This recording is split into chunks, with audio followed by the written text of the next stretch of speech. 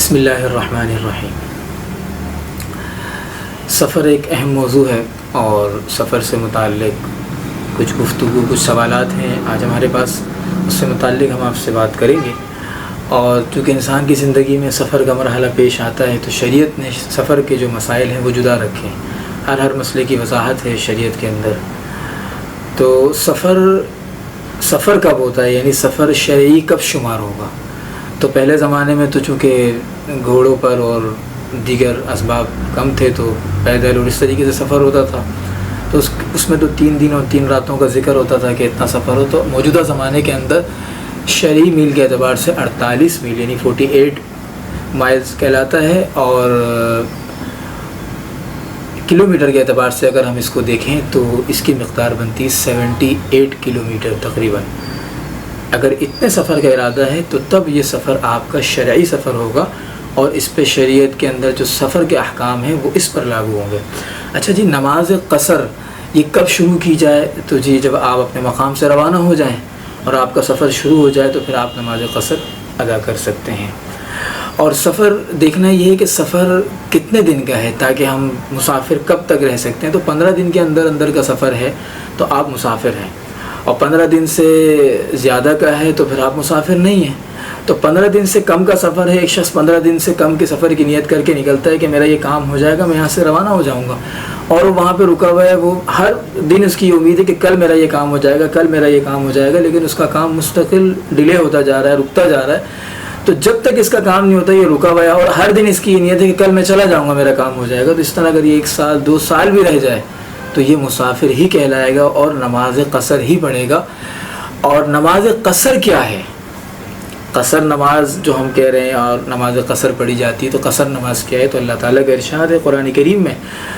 وَإِذَا ضَرَبْتُمْ فِي الْأَرْضِ فَلَيْسَ عَلَيْكُمْ جُنَاحٌ أَن تَقْصُرُوا مِنَ الصَّلَاةِ، کہ جب تم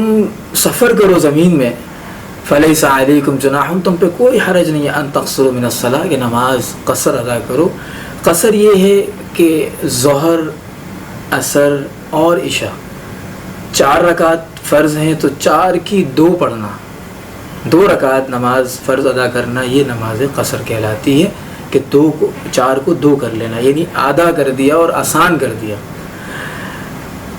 یہ ہے قصر نماز کی تعریف اور اس کے جو ایکسپلین جو آپ کے سامنے کی ہے۔ اچھا، ہم سفر کی نماز تو پڑھ رہے ہیں، اور اتفاق ایسا ہوتا ہے کہ کسی مقام پہ رکتے ہیں، وہاں کے لوگ جماعت کر رہے ہیں، مسجد امام صاحب نماز پڑھا رہے ہیں،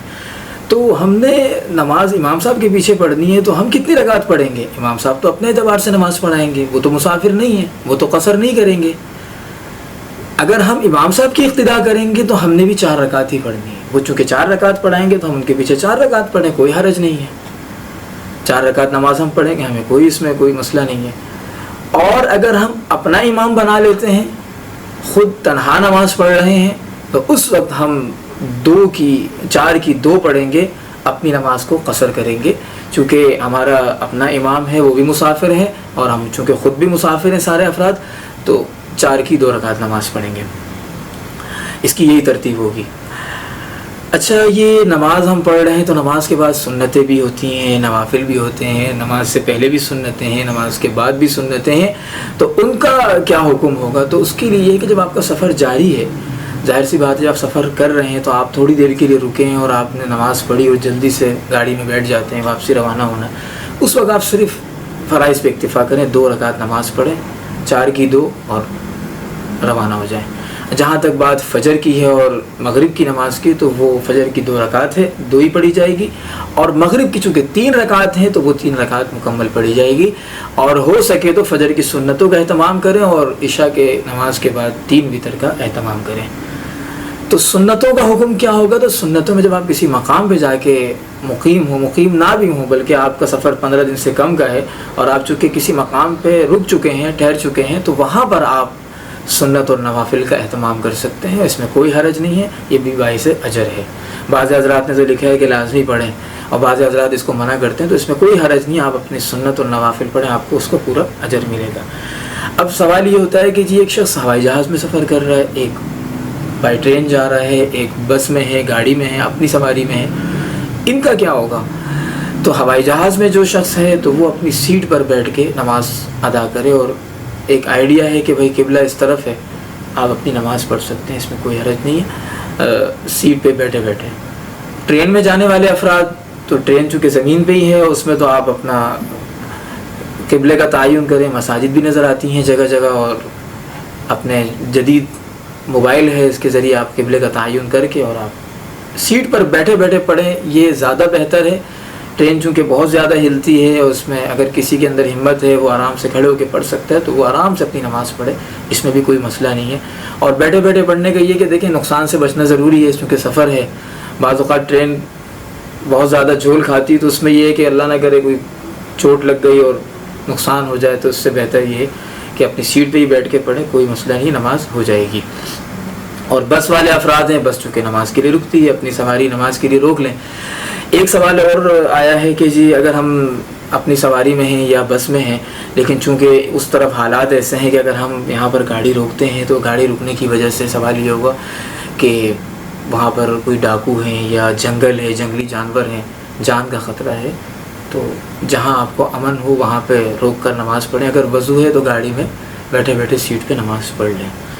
اور قبلے کی تحری ہے شریعت کے اندر کہ آپ نے ایک تعین کر لیا، سوچا کہ قبلہ کس طرف ہوگا، تو آپ کو ایسا لگا قبلہ آپ کے بالکل سامنے ہے تو آپ نماز پڑھ لیں، اور نماز پڑھنے کے بعد آپ کو پتہ چلا کہ قبلہ تو آپ کے بالکل دوسری سمت میں تھا، آپ نے نماز اس طرف پڑھ لی، تو آپ کی نماز ہو گئی، کوئی حرج نہیں ہے۔ اچھا، سفر میں تھے اور نماز پڑھ رہے تھے، مگر اتفاق ایسا ہوا کہ کچھ نمازیں قضا ہو گئیں۔ نمازیں قضا ہو جاتی ہیں، تو نمازیں قضا ہو گئیں کسی تکلیف کی وجہ سے یا کسی مسئلے کی وجہ سے، یا رک نہیں سکتے تھے، اور وہ نمازیں اتفاق انسان بھول بھی جاتا ہے، تو کبھی بھول چوک، جیسے حدیث میں آتا ہے من نام عن صلاۃ او نسیھا فلیصلیھا اذا ذکرھا، کوئی سو گیا اور وہ نماز اس سے رہ گئی، یا کوئی بھول گیا نماز اور اس کو تو پھر حدیث میں آتا ہے کہ وہ جب اس کو یاد آئے تو فوراً اس کو ادا کرے۔ نماز رہ گئی اور اپنے مقام پر آ گئے، تو چونکہ وہ سفر کی قضا ہے تو مقام پر گھر پہنچنے کے بعد اس کی سفر ہی کی قضا کی جائے گی، یعنی 4 رکعت کی 2 رکعت ہی قضا آپ کریں گے، کیونکہ وہ سفر میں آپ سے قضا ہوئی تھی۔ اور اگر آپ سفر میں ہیں اور آپ کسی جگہ پر جا کے رکتے ہیں اور آپ کا دل چاہ رہا ہے کہ میری کچھ نمازیں قضا ہو گئی تھیں اپنے مقام پہ، اپنے گھر پہ، اور میں ان کی یہاں قضا کر لوں، تو آپ نے پوری نماز کی قضا کرنی ہے، وہاں پر آپ 2 رکعت قضا نہیں کریں گے، کیونکہ آپ کی وہ جس مقام سے قضا ہوئی ہے وہ مقام آپ کا اقامت کا تھا، مقیم ہونے کا تھا، وہاں پر آپ پہ 4 رکعت فرض تھی، یہاں پر آپ پہ 2 رکعت فرض ہے، تو آپ یہاں پر، اور مغرب کی نماز ہے وہ تو ایک ہی حکم ہے، سفر کی ہو چاہے وہ مقام کی ہو، حضر کی ہو، اور جو مقام کی نمازیں آپ اپنے سفر میں ادا کر رہے ہیں تو وہ آپ 4 رکعت ہی پڑھیں گے، اس لیے کہ وہ آپ قضا نماز ادا کر رہے ہیں، اور اپنی جو موجودہ نمازیں ہیں وہ تو 2 ہی ہیں۔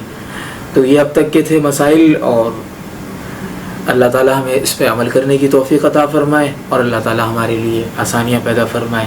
وآخر دعوانا ان الحمد للہ رب العالمین۔